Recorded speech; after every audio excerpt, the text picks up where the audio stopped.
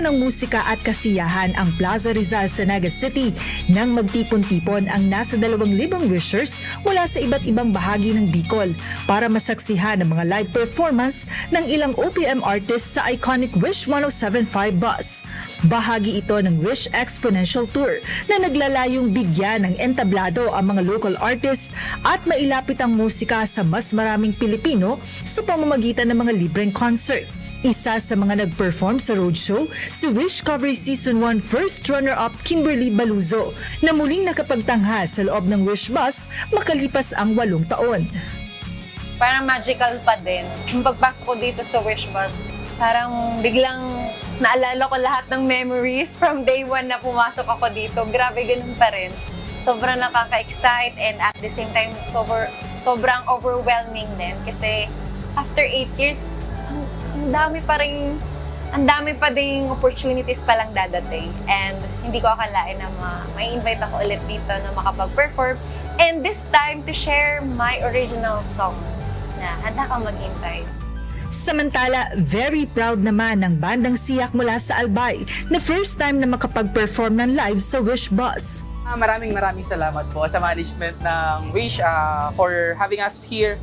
Guys, sana marami pa din. Sana masundan pa sa mga susunod. Ganun.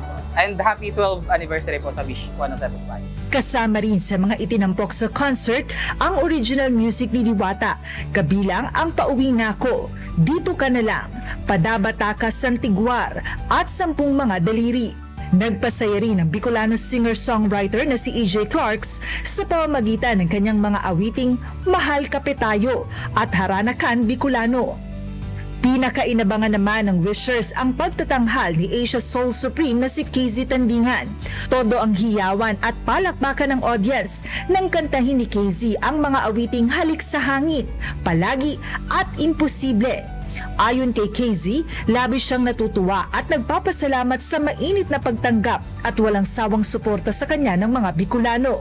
Matapos ang concert, umaasa ang mga wishers na mas marami pang katulad na libreng musical events ang maidadaos sa Bicol. Wish ba, sana po maulit-ulit yung event na ganito since madaming tao po yung nakaka-experience na to since libre po siya and hindi kailangan magastos. It's a dream for many na makaakyat sa Wish Bus and masaya talaga. Sa kabuuan, naging matagumpay ang Wish Exponential Tour sa Naga City kung saan muling naipakita ng mga Bicolano ang kanilang pagmamahal at suporta para sa mga local artists at OPM. Joanano, humahataw sa balita ngayon.